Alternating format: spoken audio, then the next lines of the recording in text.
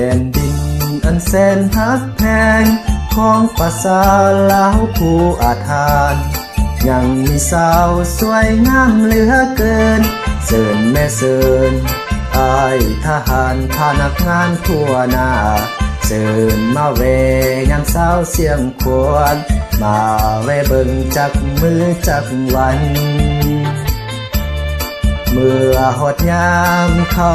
ในนาเขียวงามทุ่งป่ามันต้นให้สาลีเขียวถนนปูไผก็ยองว่าสาวบ้านเฮาจังแม่นเก่งแท้นาเฮ็ดนาก็ได้ไปลำเลียงก็เก่งสาวเสียงควางจิตใจกอดใสดังน้ำยวนความลิ้นไหลเย็น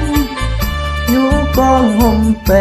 กลมพัดวีวอนหน้าอ่อนซ้อนแม่นสาวกองร้อนแม่นกองหอย12นิลี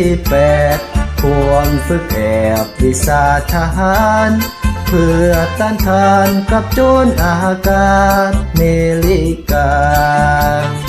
โอ้สาวเสียงควงสาวบ้านเฮาสมที่เป็น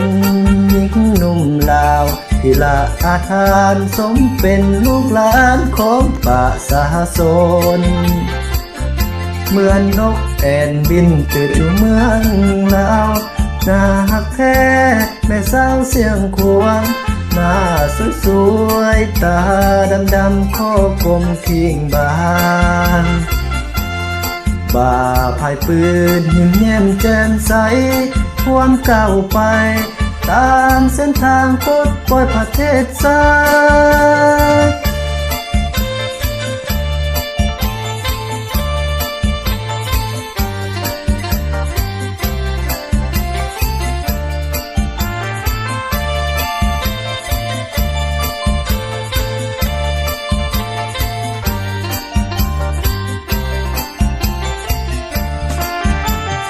โอ้สาวเสียงควางสาวบ้านเฮาสมที่เป็นหญิงหนุ่มลาวพิละอาทานสมเป็นลูกหลานของประชาชนเหมือนนกแอ่นบินจืดทั่วเมืองลาวน่าฮักแท้แม่สาวเสียงควงหน้า